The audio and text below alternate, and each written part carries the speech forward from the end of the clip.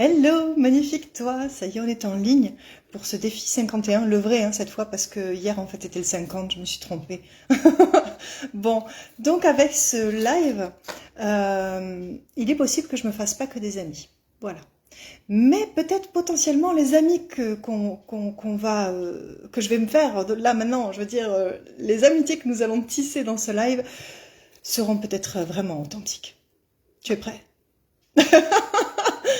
Alors c'est parti, je vais te parler de développement personnel, évidemment, et des façons de le voir. Premièrement, tu as le développement personnel adepte de la pensée positive. Pour moi, ce développement personnel-là, je sais pas si tu as vu ce film Un Indien dans la ville, tu sais, où il y a Ariel Dombal, dès qu'elle est déstabilisée par un truc ou que le petit Mimicicu veut manger son chat ou ce genre de choses, elle se met en position du lotus et puis elle fait Iou, iou.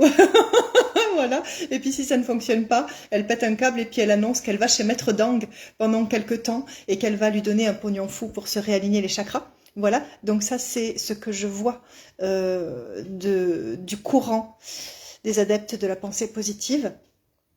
Après, ce n'est que mon point de vue et je suis probablement dans le jugement, mais j'ai des personnes qui arrivent dans mes accompagnements et qui sont issues de ces courants-là et qui s'étonnent du coup de ne pas avoir eu de résultats, mais qui ont tout un tas de bonnes choses à partager au niveau de la pensée positive, parce que la pensée positive c'est bien si tu la lis à autre chose. S'il y a que ça, honnêtement,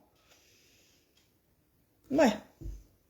C'est comme donner du Doliprane pour je sais pas, pour guérir la gale. Tu souffriras un peu moins, c'est tout. Voilà. Donc c'est l'acceptation de ton environnement, résister quoi. Et puis tu sais bien que partout où tu résistes, ça persiste. Donc ce courant-là, pour moi, c'est mettre en place des choses qui vont persister. Et puis, il y a le développement personnel, mieux gérer et comprendre ses émotions. Donc là, du coup, on n'est pas dans l'acceptation de l'environnement, mais dans le changement de fréquence. Voilà, donc quand tu es dans l'intelligence émotionnelle, il y a vraiment plus ce changement de fréquence. Tu peux très bien l'allier avec le premier, ça commence à avoir du sens. Et puis, il y a le développement personnel, incarner ses désirs versus incarner ses besoins. Donc, être curieux du résultat, plutôt que être obligé de le faire. Tu sens, c'est pas du tout la même énergie. Maîtriser les lois universelles de l'abondance. Et puis, du coup, quand tu fais ça, carrément, tu fais un bond dans la 5e dimension. Tu vois? Donc, il y a vraiment tous ces courants de développement personnel, donc les adeptes de la pensée positive, les adeptes du changement de fréquence, et puis les possibilités de passer de la 3e dimension à la 5e dimension en maîtrisant les lois universelles de l'abondance.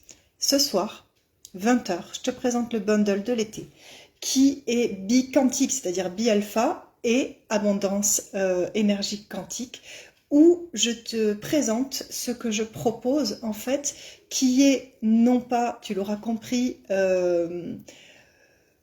pour chérir la pensée positive, mais plutôt pour vraiment changer de fréquence et faire un bond dans la 5D. 20 heures, tu viens?